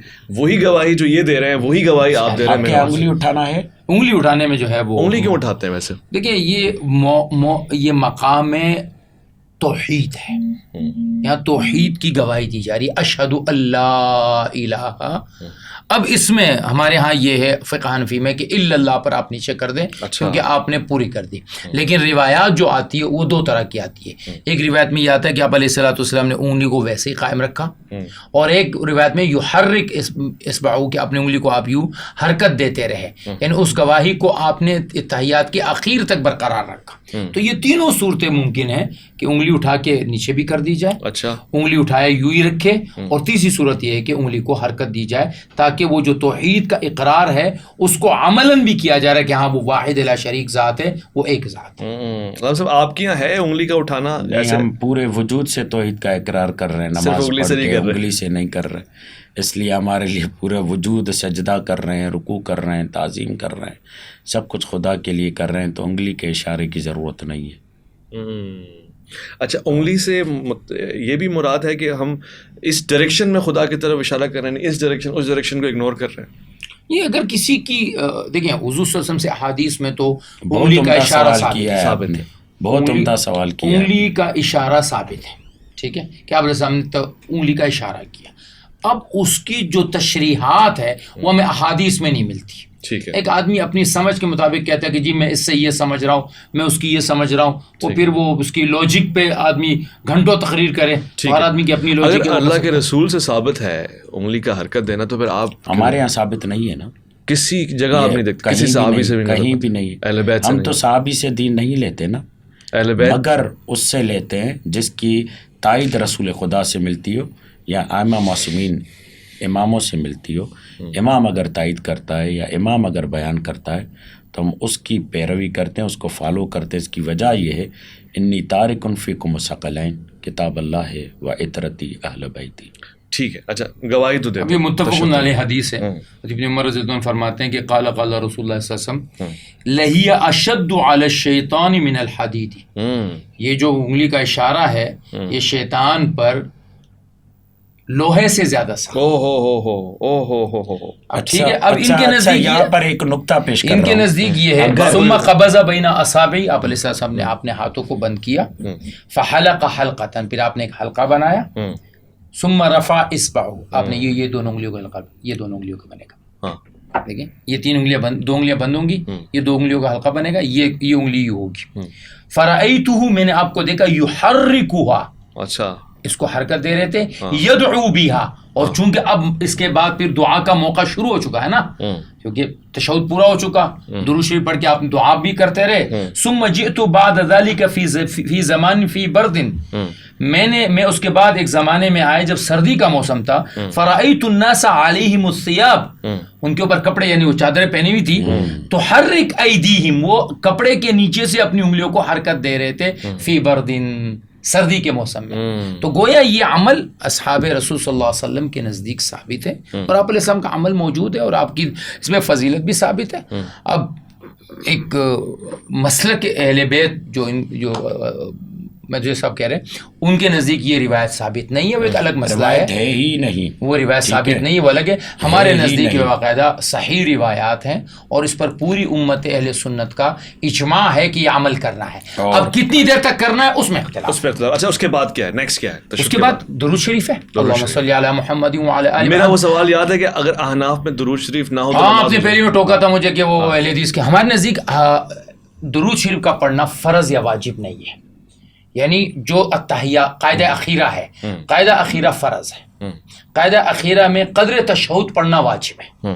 یعنی جب آپ اشہد ان لا الہ الا اللہ واشہد محمد عبدہ ورسولہ پڑھ چکے، آپ کی نماز اب مکمل ہو چکی ہے فرضیت اور واجبات کے طور پہ کمپلیٹ. اب سنت یہ ہے کہ آپ درود شریف پڑھیں، اور درود کے بعد پھر آپ جو ہے وہ درود ابراہیمی پڑھیں، اور درود ابراہیمی پڑھنے کے بعد پھر آپ دعا مانگے، جتنی دعائیں آپ کو آتی ہے وہ ساری دعائیں. یعنی اگر درود نہ پڑھے تو نماز ہو جائے گی. ہمارے ہاں نماز ہو جائے گی، لیکن نماز جو ہے وہ نامکمل یوں ہوگی کہ آپ نے ایک بہت ہی اہم سنت کو جو کہ درود شریف کی شکل میں تھا وہ آپ نے اس کو میں نقصان کر دیا. لیکن اگر ایک آدمی نے سلام پھیر دیا، نماز اس کی فرائض اور واجبات کے حد تک وہ درست ہو جائے گی. جی تو کہنے کا مقصد یہ ان صلاتی و نسکی و محیای و مماتی للہ رب العالمین، انسان کا پورا وجود، قربانی، نماز، یہ سب خدا کے لیے.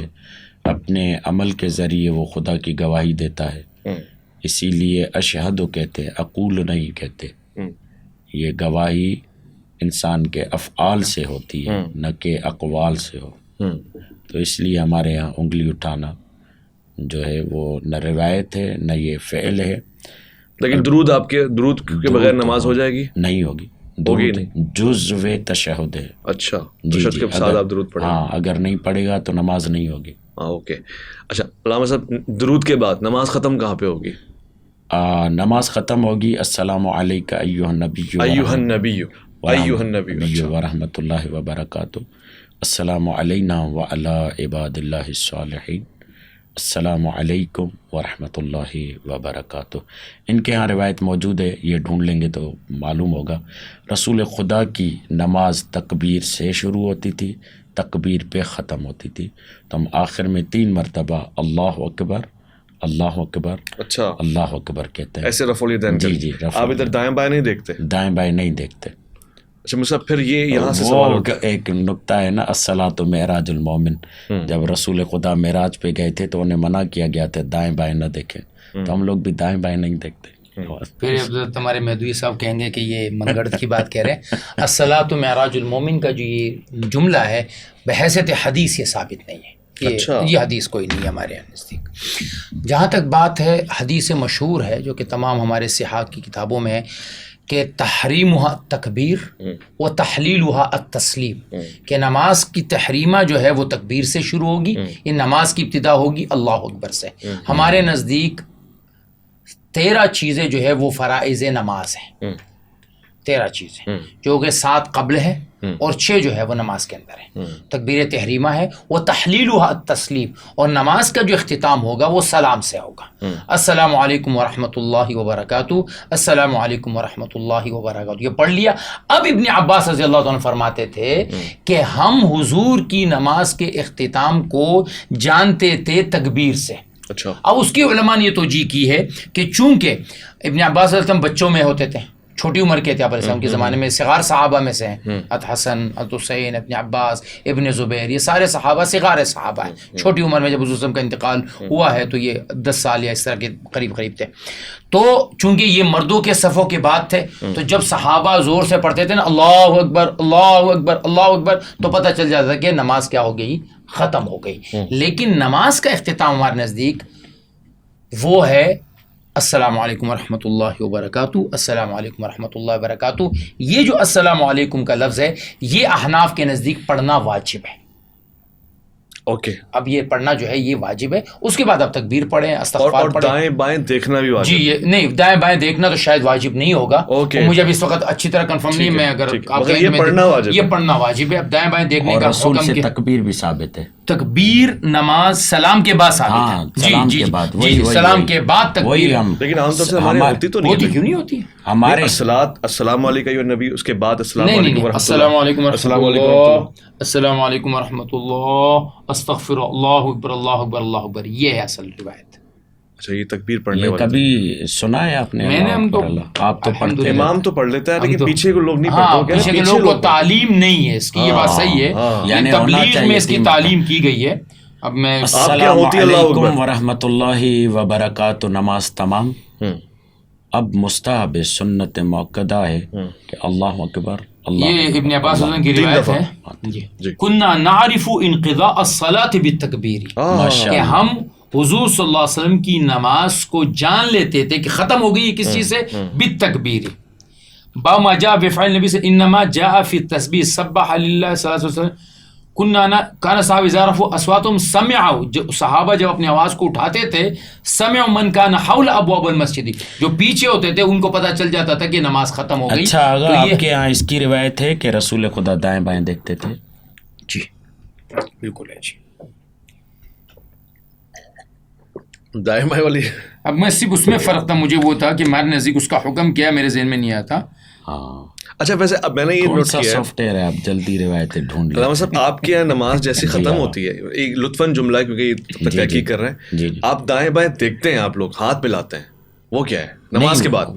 وہ کیا ہے کہ جیسے میں نے کہا صلاۃ معراج المومن، جب مومن معراج سے واپس آتا ہے تو ایک دوسرے کو تبریک پیش کرتا ہے، مبارک پیش کرتا ہے، اور ساتھ میں یہ جملہ کہتا ہے تقبل اللہ، اللہ تمہاری نماز قبول کرے. اوکے، ایک دوسرے کو. اور اس میں ایک راز کی بات اور باقاعدہ کوئی فقہی مسئلہ نہیں ہے، مگر خود بخود اس میں ایک مسئلے کا حل بھی آ جاتا ہے فقہی مسئلے کا. وہ یہ ہے کہ وہ نماز کی حالت سے نکل آتا ہے. جب نماز کی حالت سے نکل آتا ہے اور مثلاً اگر کوئی بعد میں اسے یاد آ جائے کہ میں نے یہ چیز نہیں پڑھی، تو چونکہ نماز کی حالت سے نکل آیا اب اس کے لیے دوسرا حکم ہوگا. اور اگر مثلاً یہ نماز کی حالت میں بیٹھا رہا، پڑھی 3 رکعتیں، پڑھنی 4 تھی، دائیں بائیں بھی نہیں ہوا، یاد آ گیا کہ مجھے تو چوتھی بھی پڑھنی تھی، اور کوئی ایسا کام بھی نہیں کیا جو مبتلات نماز میں ہو، کھڑا ہو جائے گا، پھر چوتھی رکعت پڑھے گا. اور اگر وہ نماز کی حالت سے نکل آیا ہے تو پھر دوبارہ نماز پڑھے گا. اچھا جی، اس میں یہ فائدہ ہو جاتا ہے اس کو. ٹھیک ہے. نماز میں کوئی غلطی ہو جائے تو سجدہ سہو کی گنجائش ہوتی ہے؟ جی جی بالکل ہوتی ہے.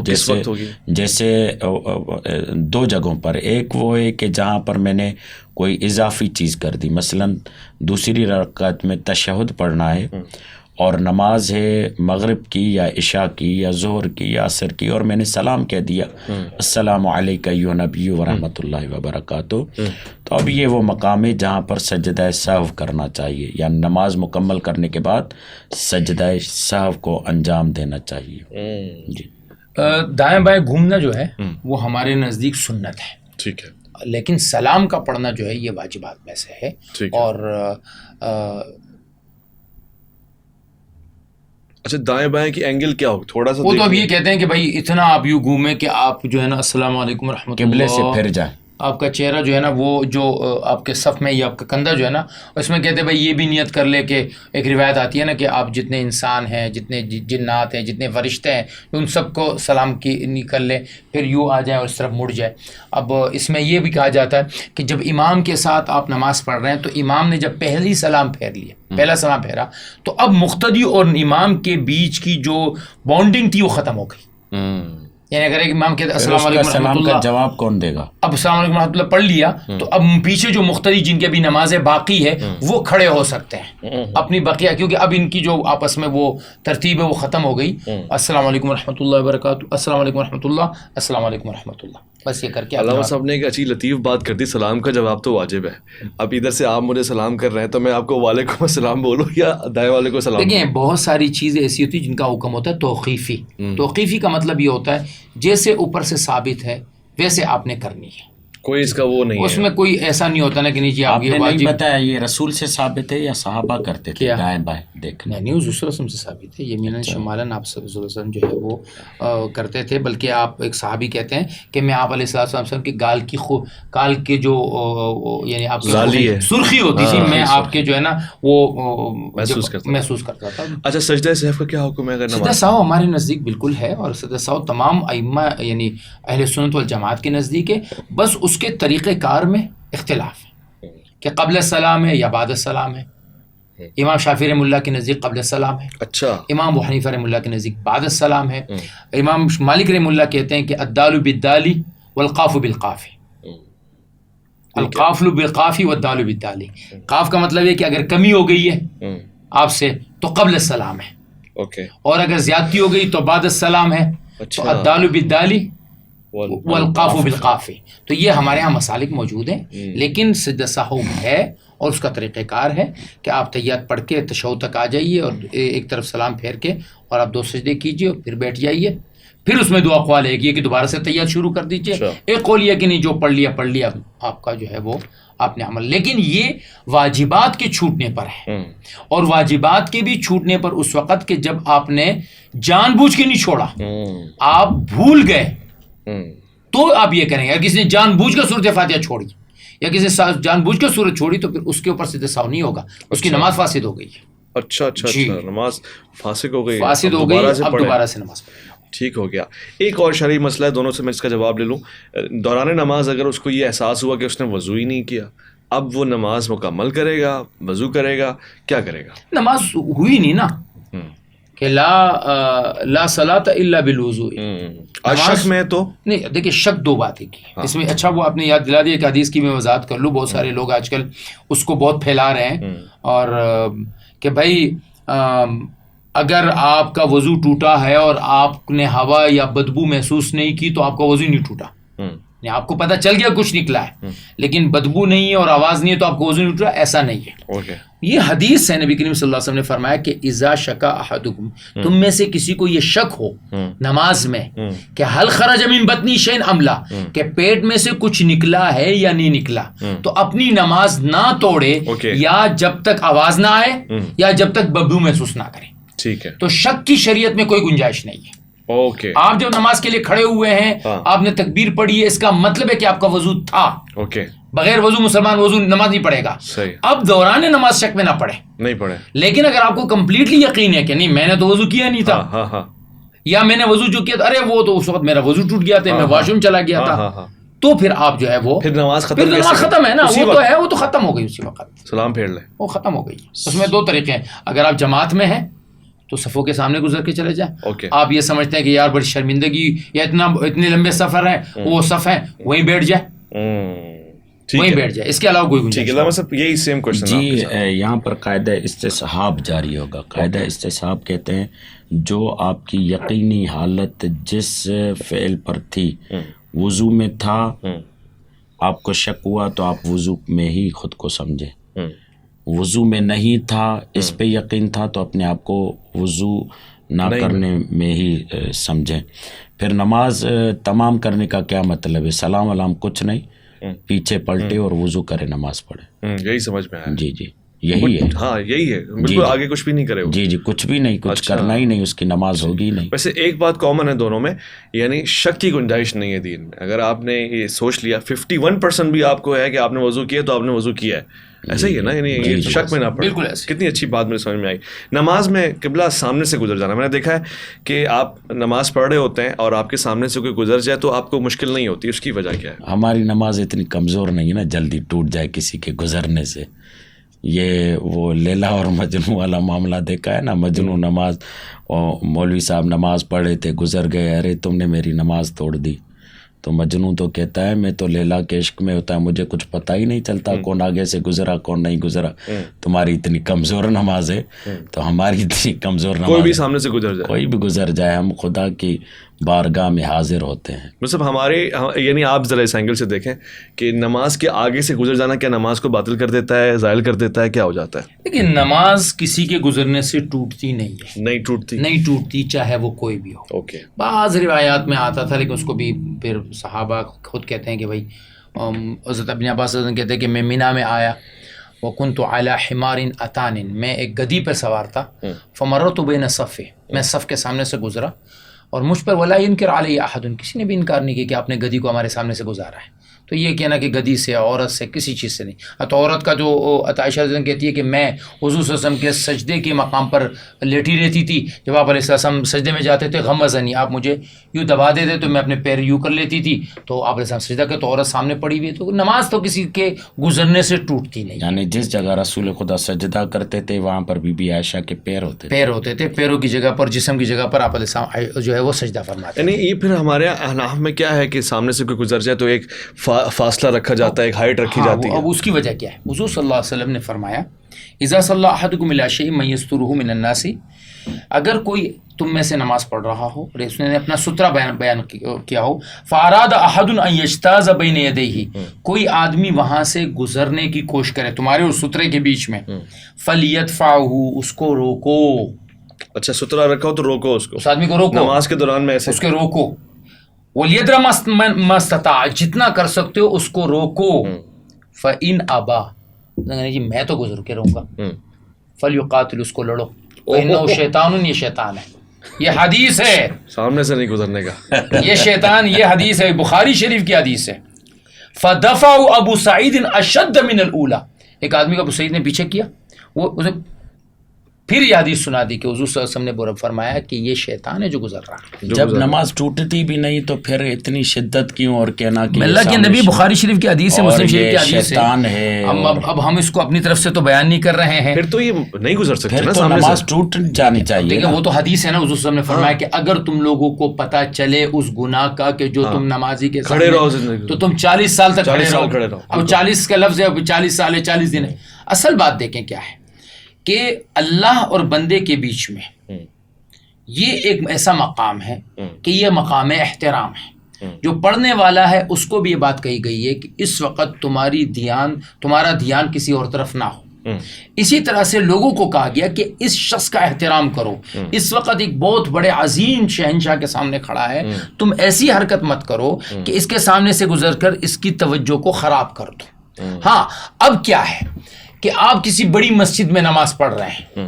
بڑی مسجد کو فقہاء نے مختلف تشریحات کی, جو آسان تشریح وہ یہ ہے کہ ایسی مسجد ہے جس میں 25 صف ہیں, یہ بڑی مسجد ہے, تو اس میں ایک صف چھوڑ کے اگر آپ گزرنا چاہیں تو آپ گزر سکتے ہیں, اس لیے کہ بڑی مسجد ہے, لوگوں کا آنا جانا ہوگا, لوگ پریشان ہو جائیں گے اگر ایک آدمی کے لیے کھڑے رہیں گے. گزر سکتے ہیں, ایک صف چھوڑ کے وہاں گزرا جا سکتا ہے مجبوری کے عالم میں. اختیار کے عالم میں تو بہتر یہ ہے کہ انتظار کیا جائے, یا کوئی جیسے آج کل الحمدللہ ہماری مسجدوں میں بڑی سمجھداری کی چیزیں آ گئی کہ اس طرح کے سترے بنا دیے گئے ہیں کہ وہ لا کے جو ہے وہ سامنے رکھ دیتے ہیں کہ بھائی آپ اس کے سامنے سے گزر جائیں. وہ سترے تو اتنے بڑے نہیں ہوتے نا, سامنے سے ہمارے ہاں تو بس ایک سا کا کافی ہے, لکڑی بھی رکھ دیتے ہیں, وہ ایک سا بھی کافی ہے. وہ کیا رکاوٹ ڈالے, وہ ایک حدیث میں ہے نا کہ ولی خط, تو کہ اگر وہ بھی نہیں ہے تو بھائی ایک لکیر کھینچ لو, کم از کم اتنا تو ہے کہ اللہ میں نے اپنے اور آپ کے بیچ میں کسی کو لانے کی جو ہے وہ میں نہیں لا رہا ہوں. تو یہ ساری چیز ہے کہ میں نے کچھ چیزیں, بہرحال اس سے نماز باطل نہیں ہو, نہیں نماز کا کوئی فرق نہیں پڑتا کسی کی نماز. یعنی مجھے اب دوبارہ سے قصد نہیں ہے. لیکن میں خصوصاً یہ کہتا ہوں حرمین, یا جیسے اب آپ کربلا گئے تھے, یا ایسے مقامات جہاں پر شدید رش ہے, ہمارے اجتماعات ہوتے ہیں, یا کوئی ایسے موقع پر اپنے آپ کو نا بالکل اس معاملے میں ڈیٹ بنانا چاہیے. اچھا بھائی کوئی گزر رہا ہے اس کو گزرنے دو, کیونکہ آپ کو نہیں پتا وہ کس کنڈیشن سے یہاں پہنچا ہوا ہے. یہ تو حدیث میں نا کہ جھگڑا کرو اس سے, آپ کہتے ہیں میں عرض کروں کہ وہ بات اپنی جگہ پر ہے کہ ایک ایسے جگہ ہے کہ جہاں اس کو گزرنے کے دوسرے اوقات ہیں. اب بعض اوقات کیا ہوتا ہے حرمین کر رہے ہیں نا, روایت میں تو ہے ہی نہیں ایسا کوئی جملہ. یہی تو بات ہے, فقہ جب آپ بہت ساری فقہ پہ کر رہے ہیں, حدیثیں موجود ہیں, آپ اس کا انکار کر رہے ہیں. میں تو کچھ نہیں کر رہا ہوں, میں کر رہا تھا تو یہ تو کہتا ہوں تشریحات تو ہر جگہ موجود ہیں, ایکسیپشن تو ہر جگہ موجود ہے, ہر جگہ استثنائیات موجود ہیں, ہر مسلک میں موجود ہے. حرمین میں کیا ہوتا ہے کہ بعض اوقات ایسے راستے کو بند کر دیتے ہیں کہ آپ کا کوئی صفوں کے بیچ میں گزرے بغیر آپ کا چارہ ہی نہیں ہوتا. تو بھائی اب کیا کریں گے؟ اب نہ گزرنے والا گنہگار ہے، نماز پڑھنے والا گنہگار ہے. لیکن ایک آدمی ہے، اس کے پاس گزرنے کا راستہ ہے، نمازی کے سامنے گزر رہا ہے، نمازی گنہگار نہیں ہے، گزرنے والا گنہگار ہے، شیطان ہے. اگر ایک آدمی راستے میں کھڑا ہو کے نماز پڑھ رہا ہے، اس کے پاس جگہ تھی، تو اب گزرنے والا گنہگار نہیں ہے، وہ نماز پڑھنے والا گنہگار ہے. کیوں پڑھ رہا ہے یہاں پہ نماز؟ کیونکہ نماز پڑھنے کی جگہ. اور منع کیا گیا راستے میں نماز بالکل طریق پہ راستے میں نماز پڑھنے والا، راستے میں پیشاب وغیرہ کرنے والا، راستوں کو خراب کرنے والے پر اللہ کے نبی کی لعنت ہے. تو یہ چیزیں ہیں، اس کو تو دیکھنا پڑتا ہے، اسی کا نام فقہ ہے. ٹھیک ہے، آخری کوشچن ہے صرف نماز کی حالت میں کوئی ایسا مضر صحت جانور آ گیا، سانپ بچھو وغیرہ، تو نماز توڑ دوں گا، بھاگ جاؤں گا، کیا کروں گا؟ بہت چھوٹی مقدار کی بھی اگر آپ کو نقصان ہو رہا ہے، یعنی مثلا جیسے آج کل ہمارے یہاں جوتا 1000-1200 روپے کا جوتا ہے، آپ کو یقین ہو گیا کہ جوتا جا رہا ہے، توڑ دیں نماز، بھاگیں. اچھا جی، جوتا بچانے کی نماز چھوڑ دیں. اس لیے جوتا تو میں نے 1000-1200 پھر بھی زیادہ کہہ دیے، تھوڑا معمولی نقصان بھی انسان کا ہو رہا ہے، نماز کوئی مشکل نہیں ہے. سانپ بچھو کو مارنے کا تو حکم ہے نماز کے دوران، بلکہ اس میں تو بعض اوقات علماء کہتے ہیں کہ سانپ بچھو کے پیچھے بھاگتے بھاگتے تو بہت ساری حرکت بھی ہو جاتی ہے، پھر بھی اس کو اوپر کہا گیا کہ نماز نہیں ٹوٹے گی. کیوں؟ یہ حدیث سے ثابت ہے کہ اگر سانپ آ جائے، بچھو آ جائے، وہ قتل کر کے نماز پڑھ لو، اپنی وہیں سے کنٹینیو کر لو. واہ واہ. علامہ صاحب آپ اس کو کیسا دیکھتے ہیں؟ نماز کے دوران اگر کوئی ایسی چیز آ گئی تو میں کیا کروں؟ ہاں، ایسا ضرر جو جان کا ضرر ہو، جو قابل تلافی نہ ہو، یعنی بہت بڑا نقصان ہو، تو ایسی صورت میں نماز باطل کر سکتے ہیں، ورنہ نماز کا توڑنا حرام ہے. اوکے، ٹھیک ہے. تو ہر صورت میں اسی لیے تو شکیات نماز اور نماز کے شکوک پڑھائے جاتے ہیں. کوئی 23 سے 25 شکوک ہے کہ اگر یہاں شک ہو جائے تو یہ کرنا ہے، یہاں شک ہو جائے تو یہ کرنا ہے. ہر صورت میں مومن کے لیے، یعنی مومن کی تعریف یہ ہے کہ مومن وہ ہے جو نماز کو نہ توڑے، جلدی نماز کو باطل نہ کرے، بلکہ وہ اپنے شکوک اور شبہات کو دیکھ کر، سوچ کر اس کے مطابق عمل کرے. تو اگر تھوڑا نقصان ہو رہا ہے تو اس میں نماز نہیں توڑنی چاہیے. اگر بڑا نقصان ہو رہا ہے، بڑے مال کا ہو رہا ہے یا جان کا ہو رہا ہے، تو پھر اس میں توڑ سکتے ہیں. ٹھیک ہو گیا. اب نماز میں باجماعت نماز ہونے کے لیے کتنے افراد کا ہونا لازمی؟ تو امام آ گیا اور نماز پڑھائے، کتنے ہوں گے؟ اور پھر اگر مثلا 2 بھی ہوں گے، 3 بھی ہوں گے، تو کس پوزیشن پہ کھڑے ہوں گے؟ ذرا بیان فرما. 2 ہیں تو مقتدی دائیں طرف 1 قدم پیچھے کھڑے ہوں، 1 قدم پیچھے، اور اگر 3 ہو جائیں تو بس پھر وہ پیچھے چلے جائیں، اور امام اگر مقتدی پیچھے جا سکتے ہیں تو وہ پیچھے آنے والا مقتدی اس کو کھینچ کے اپنے ساتھ پیچھے صف میں کھڑا کرے، اور اگر پیچھے جگہ نہیں تو امام تھوڑا سا آگے بڑھ جائے. 2 میں برابر کھڑے ہوں گے، 1 قدم پیچھے، 2 اگر امام اور مقتدی ہے، 3 ہے تو پھر وہ باقاعدہ جیسے صف کا معاملہ ہے ویسے ہوگا. اچھا، 2 ساتھ بھی کھڑے ہو جائیں گے؟ ہاں، اگر 2 ہیں تو 2 ہیں تو اس برابر میں، اور وہ رائٹ پہ کھڑا ہوگا، رائٹ پہ ہوگا، تھوڑا سا اس کا پیچھے ہوگا تاکہ پتہ چلے کہ امام اور مقتدی میں تھوڑا فرق ہے. بہت خوب. علامہ صاحب اس کو ذرا بیان فرماتے ہیں، اور کتنے افراد ہوں گے تو جمعے کی نماز یا باجماعت نماز ہوگی؟ جی، ہمارے یہاں ایک تو یہ جو انہوں نے مسئلہ بتایا وہ درست ہے کہ جب مقتدی سجدہ کرے تو اس کے گھٹنوں کے برابر ہو. جب وہ امام سجدہ کر رہا ہو، اس کے جہاں پر گھٹنے ہیں تو مقتدی کے وہاں جب 1 ہو، ٹھیک ہے. جب 2 ہو تو وہ تو پیچھے آ سکتے ہیں، اور اگر کوئی بالکل پیچھے کھڑا ہو گیا اور یہ دائیں کھڑا ہی ہے تو وہ بھی کوئی مسئلہ نہیں ہے. ضرور نہیں کہ وہ بالکل پیچھے ہی آ جائے، یہ بھی ضرور نہیں ہے، ٹھیک مستحب ہے اس کے لیے. جمعے کے لیے ہمارے ہاں باقی معاف کیجیے گا، باقی جمعے کے لیے ہمارے ہاں کم از کم 6 افراد ہوں تو جمعہ ہوگا، بشمول امام کے. ہاں، بشمول امام کے. اور ہمارے ہاں تو مسافت کی شرط ہے کہ 5 کلومیٹر کے درمیان ایک ہی جمعہ ہوگا، جامع مسجد ہو. اچھا، جی، یہ شرط ہے ہمارے ہر جگہ پر جمعہ نہیں ہوتا. ہمارے یہاں 5 کلومیٹر کا فاصلہ ہو جہاں بھی جمعہ ہو رہا ہے، کیونکہ وہ جو جمعہ جو ہوتا ہے نا وہ اجتماعی عبادت ہوتی ہے. تو 5 کلومیٹر کے مومنین جتنے بھی ہیں مسلمان آپس میں آئیں گے، ان کے مسائل کو ڈسکس کیا جائے گا، ان کے آپس میں انسجام و انصرام و اتحاد کو بیان کیا جائے گا، تاکہ 5 کلومیٹر کے احاطے میں ایک امام جمعہ ان کے مسائل کو دیکھے، ان کو بیان کرے، اور اس طریقے سے ایک نظم و ضبط کے ساتھ سلسلہ آگے بڑھے. ٹھیک ہو گیا. ہمارے ہاں 3 مقتدی اور 1 امام. 3 مقتدی 1 امام جمعہ ہو جائے گا. اور ظاہر خطبہ بھی شرط ہے، یعنی واجبات جمعہ میں سے کہ خطبہ ہونا چاہیے. 2 رکعت نماز ہوں گی، 4 کے بجائے 2 کی جگہ خطبہ ہے اور 2 جو ہے وہ 2 رکعت نماز ہے. اور شہر ہونا چاہیے، آبادی بڑی ہونی چاہیے. فاصلے کی تو شرط جی نہیں ہے. فاصلے کی کوئی شرط نہیں ہے. مسجد ہونا بھی شرط نہیں ہے. آپ سڑک پہ بھی جو ہے وہ جمعہ پڑھا سکتے ہیں. تو کوئی شرط نہیں ہے ہمارے یہاں کہ مسجد شہر ہونا چاہیے. شہر ہونا چاہیے گاؤں دیہات میں، یعنی گاؤں بڑا گاؤں، اس کی آبادی ہمارے یہاں یہ کہی جاتی ہے کم از کم اس کی آبادی 4000 افراد پر مشتمل ایسی آبادی ہو، بڑی بستی ہو جہاں پر ضروریات زندگی کی تمام چیزیں میسر ہو، وہاں پر جمعہ ہو سکتا ہے. یا ایسا گاؤں ہو جو بالکل شہر سے ٹچ ہو. اس کے لیے علماء یہ کہتے ہیں کہ بھائی شہر کی اذانوں کی آواز اس گاؤں میں اگر سنائی دے رہی ہے تو یہ بھی شہر کے اندر ہی شامل ہے. اچھا. ورنہ چھوٹے جو دیہات ہیں جو دور ہیں اور وہاں پر جمعہ ہمارے نزدیک نہیں ہو سکتا. یعنی نہیں ہو سکتا یا نہیں کر سکتے. نہیں کر سکتے. نہیں ہو سکتا کا مطلب یہ ہے کہ نہیں کر سکتے کہ وہاں پہ جمعہ نہیں ہوگا نا، وہ جائز ہی نہیں ہوگا. جمعہ جائز ہی نہیں ہوگا. پھر یہ چھوٹے گاؤں دیہاتوں میں ہوتے تو ہیں. دیکھیے ایک ہے ہوتا ہے وہ ایک الگ مسئلہ ہے.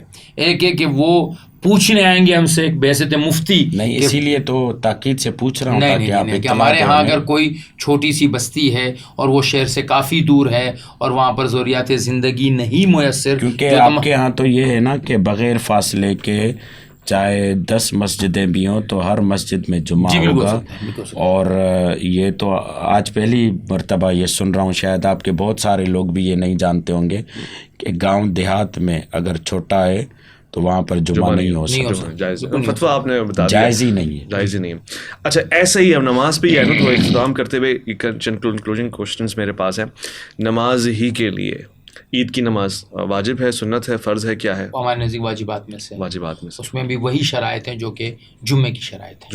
جمعے ہی کی شرائط ہے. علامہ صاحب آپ کے عید کی نماز؟ ہمارے یہاں عید کی نماز مستحب ہے، مگر جب امام وقت آئیں گے تو ان کی موجودگی میں واجب ہو جائے گی. جی. اور اس کے لیے کچھ شرائط ہیں، کھلے میدان کا ہونا یا کہیں؟ یہ مستحبات میں سے ہے کہ آپ عید نماز ایسی جگہ پر پڑھیں جہاں کھلا میدان ہو، صحرا ہو، وہاں پر لوگ آئیں، معلوم ایسے ہو کہ جیسے خدا کی بارگاہ میں حاضر ہو رہے ہیں، عالم محشر ہے. یہ تمام چیزیں. غائبانہ نماز جنازہ ہو سکتی ہے آپ کے؟ ہمارے یہاں نہیں ہو سکتی. آپ کے ہو سکتے ہیں؟ احناف کے نزدیک غائبانہ نماز جنازہ نہیں ہے، لیکن دیگر مسالک کے ثلاثہ میں غائبانہ نماز جنازے کا تصور موجود ہے. اچھا جی حناف کے نزدیک نہیں ہے. ابھی ایک ویڈیو چل رہی تھی، وہ افغانستان کے لوگ چند افغانیوں کے اوپر غائبانہ نماز پڑھ رہے تھے، مگر اکثر حناف والے تو پڑھتے رہتے ہیں. دیکھیے حناف میں ہمارے ہاں جو جماعت اسلامی سے تعلق رکھنے والے لوگ ہیں ان کی اکثریت جو ہے وہ غائبانہ نماز جنازہ پڑھتے ہیں. مگر ہیں حناف، وہ تو ہیں حناف، لیکن وہ پڑھتے ہیں. لیکن چونکہ رائے موجود ہے تو اس پر بہت زیادہ سختی نہیں کی جاتی ہے، بہت زیادہ اس کے اوپر شدت نہیں کی جاتی، کیونکہ ایک رائے ہمارے دیگر ائمہ کی موجود ہے. تینوں ائمہ کے نزدیک غائبانہ نماز جنازہ کا وجود ہے. احناف کے نزدیک غائبانہ نماز جنازہ کا وجود. عورتوں کی امامت عورت کر سکتی ہے؟ عورتوں کی امامت عورتوں کے لیے باقاعدہ ایک امام مقرر کر کے 5 نمازوں کے لیے یہ تو شرعاً جائز نہیں ہے. اس کا ثبوت ہمیں کہیں اوپر سے نہیں ملتا. اچھا ٹھیک ہے. ہاں ایسا ہے کہ کبھی کبھار اگر کوئی ایسا معاملہ ہوا کہ جی کوئی تراویح کسی نے حافظہ نے پڑھانی ہے، 2-3 اپنے ساتھ انہوں نے کھڑا کر دیا، اس کی گنجائش دی جاتی ہے کہ چلو اس کا حفظ مکمل ہو جائے. لیکن اس کے لیے دعوت چلانا، اس کے لیے لوگوں کو بلانا، یہ احناف کے نزدیک آپ کے عورتوں کی اولا یہ ہے کہ مرد پڑھائیں نماز. ہر جگہ مرد موجود ہے، نماز پڑھائیں، وہ امامت کریں. ٹھیک ہے. خسرہ کہتے ہیں اس کو، مخنث، وہ امامت کر سکتا ہے؟ وہ نہیں کر سکتا. ہمارے یہاں امامت کے لیے شرائط ہے، جس میں سے ایک شرط یہ ہے کہ وہ صلاحیت رکھتا ہو، اولاد پیدا کرنے کی، باقاعدہ مرد ہو. ٹھیک. مطلب آپ بالکل نہیں، بالکل نہیں. خسرہ دیکھیں ایک ہے کہ وہ مرد ہے، مرد کی جامع میں ہے، مرد کی حیثیت میں ہے اور اس کو معاشرے میں مرد شمار کیا جا رہا ہے، لیکن اندرونی وہ کچھ ایسا ہے تو ایک الگ بات ہے. ایک آدمی کا سب کچھ اس طرح سے ہے، بالکل بھی نہیں ہو سکتا. بالکل. ہمارے یہاں تو یہ بھی کہا کہ اگر یعنی اگرچہ وہ ایک بات ایسی ہے لیکن فقہاء نے لکھا ہے کہ اگر ایک آدمی ولد الزنا ہے تو بھی اس کو امام نہیں بنا سکتا. غلام کو بھی امام نہ بنائے. تو ہم تو چلتے پھرتے نماز ٹرین میں کوئی بھی امام آگے دیکھیے وہ آپ کو نہیں پتا نا. اگر آپ کو پتا ہے یہ آدمی اس طرح کا آدمی ہے، اس کی ماں ایسی تھی، اس کا خاندان ایسے، کیونکہ اتنی بڑی امامت ایک بہت بڑا درجہ ہے، اس درجے کو نہیں دینا چاہیے. لیکن اگر آپ چل رہے ہیں مسلمان ہیں اور مسلمانی اس کے اندر موجود ہے تو ہم نے ہر آدمی سے تھوڑی روک ٹوکنا کہ اب حلالی کا. یہ ایسا ہی ہے نا، سوق الاسلام جو ہے، جیسے مسلمانوں کی بازاریں ہیں، وہاں ایک ایک کو چیک تھوڑی کریں گے آپ کے مرغی ذبح صحیح کر رہا ہے یا نہیں. موضوع ہے. یہ ہے. تو اسی طریقے سے اگر محلے والے اعتماد کرتے ہیں، کسی کے پیچھے نماز پڑھتے ہیں، تو اتنے لوگوں کا اعتماد، نماز ان کا پڑھنا، اعتماد حاصل ہو جاتا ہے اس سے کہ یہ تمام شرائط پہ اترتا ہے تبھی نماز پڑھا رہا ہے. ہمارے ہاں بھی یہ ہے کہ ولد الزنا جو ہے وہ نماز نہیں پڑھا سکتا. بہت بہت شکریہ علامہ دلشاد مہدوی، آپ کا بہت بہت شکریہ. مفتی عبدالباقی اخندزادہ، آپ کا انتہائی دلچسپ اور معلوماتی پروگرام رہا. سرشار رہے ہم فقہی احکامات سے اور ان تمام ضروریات سے جو دین اور دین کی طرف رغبت رکھنے والے لوگوں کے لیے بہت اہم ہے. اسٹل اگر آپ کے پاس کویشچنز ہیں تو آپ بالکل پوچھ سکتے ہیں. اگر آپ نے اس پروگرام کا پارٹ 1 دیکھنا ہے تو آپ پارٹ 1 کی طرف جا سکتے ہیں. نماز کو ہم نے مختلف زاویوں سے دیکھنے کی کوشش کی، کمی بیشی کوتاہی یا کسی قسم کا سہو، کوئی ایسی چیز جس سے آپ کی تشنگی باقی رہ جائے. اگر آپ نے چینل سبسکرائب کیا ہوا ہے تو آپ کویشچن پوچھ کے ہم سے مزید کی طلب کر سکتے ہیں، اور انشاءاللہ کوشش کریں گے ان موضوعات کے اوپر علماء سے مزید وقت لیں اور آپ کے سامنے روشنی والا دین رکھیں. ویس ربانی کو دیجیے گا اجازت. اللہ کی امان.